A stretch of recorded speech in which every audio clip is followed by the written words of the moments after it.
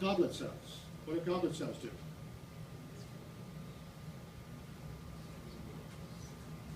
Secrete mucus, all right? We saw them, for example, lining the trachea and many of the respiratory passageways, okay? Goblet cells. They secrete mucus to protect the stomach lining, or excuse me, in this case, the lining of the small intestine. Inside each villus, you can see a villus here, you've got this connective tissue. What's it called? Lamina propria. As I said, learn that term. You're going to see it again in tubes of the urinary and also reproductive tract. You can see lamina propria here. They're all covered with mucous membranes. You always have a mucosa, okay? Mucosa consists of epithelium, that loose connective tissue deep to it, lamina propria, and then that band of smooth muscle, usually smooth muscle, muscularis external. Or mucosa, excuse me.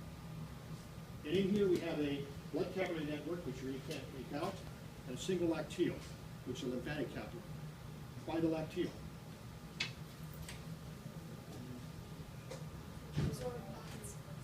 To absorb our lipids, particularly our fats, because when we break down our fats into glycerol and fatty acids, we reassemble them when they cross the epithelial cells. Now they're too large to go through the walls of the blood capillaries, so they go through the more porous or permeable lymphatic capillaries. That's why the lymph is full of lipids, particularly fats. And where does lymph go? Back into the blood, right? So we redigest our fats in the blood. That's why after a big heavy meal, particularly one rich in fats, your blood has kind of a creamy texture to it. It doesn't even look like blood. It looks more like cream, because it's full of fats. And that's why too often when you have a blood draw, they'll tell you fast before the draw.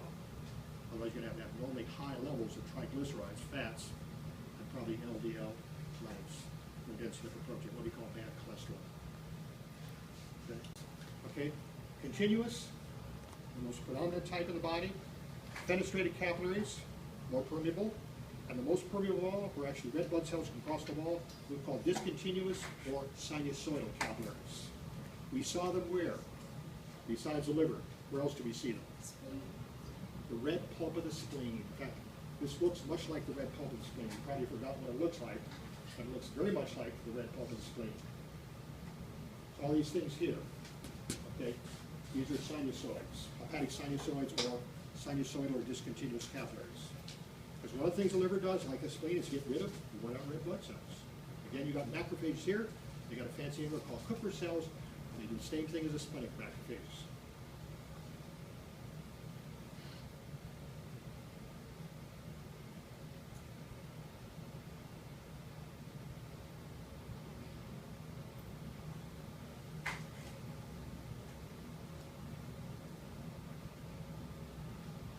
So-called lobules. It's very difficult to make out the boundaries of lobule.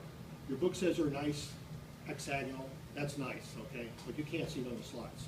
What you will see, though, are the sinusoidal capillaries, which we see here. And they all drain to the center of the lobule, and that drain is called what?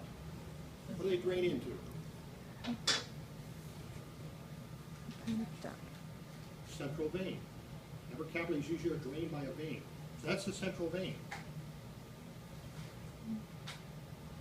Just looks like a hole right here. This is where the blood goes from the capillaries.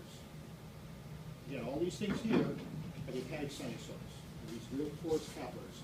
They drain into the central vein, picked up by what are called interlobular veins. There's a nice picture in your book, okay, the diagram. And then into the hepatic veins. Hepatic veins then drain blood into what? What major blood vessel? What's that major blood vessel runs through here? You see it nicely in the models. Inferior vena cava, okay? Don't confuse hepatic veins, which are draining these capillaries, with the hepatic portal vein. What's the hepatic portal vein do? It's draining capillaries where? In the GI tract wall. But it's feeding capillaries here in the liver, these same hepatic sinusoids. So it runs between capillary beds, unusual. We expect veins to drain capillary beds. We don't expect veins to feed blood into capillary beds, but the hepatic portal vein does. So don't confuse it with the hepatic vein. They're not the same. They have different functions. All right, so that's the center of the lobule. That central vein, and that's collecting the blood coming in from these hepatic sinusoids. Where does the blood come from? It comes from two vessels, what we call the portal triad. And you must be able to identify these. You should be able to. We can see them here side by side.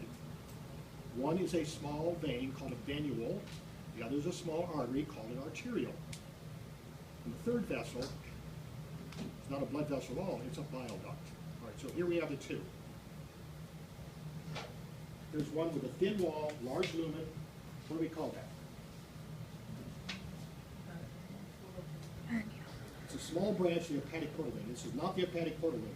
It's a tiny microscopic branch. What do we call it? The portal venule. Don't call it a vein. The portal venule. If you want, you can say hepatic portal venule, but not hepatic portal vein. Okay? That's hepatic portal venule, or just simply the portal vein. What kind of blood does it carry? Blood rich in what? Rich in nutrients. What's the hepatic portal vein do? Straining capillaries where? Tract rock wall, which are rich in what? Nutrients. So it's bringing nutrients into the liver, capillaries. So the liver can work on these things. Store a lot of nutrients, process them, pass them out to other cells in the body. That's why the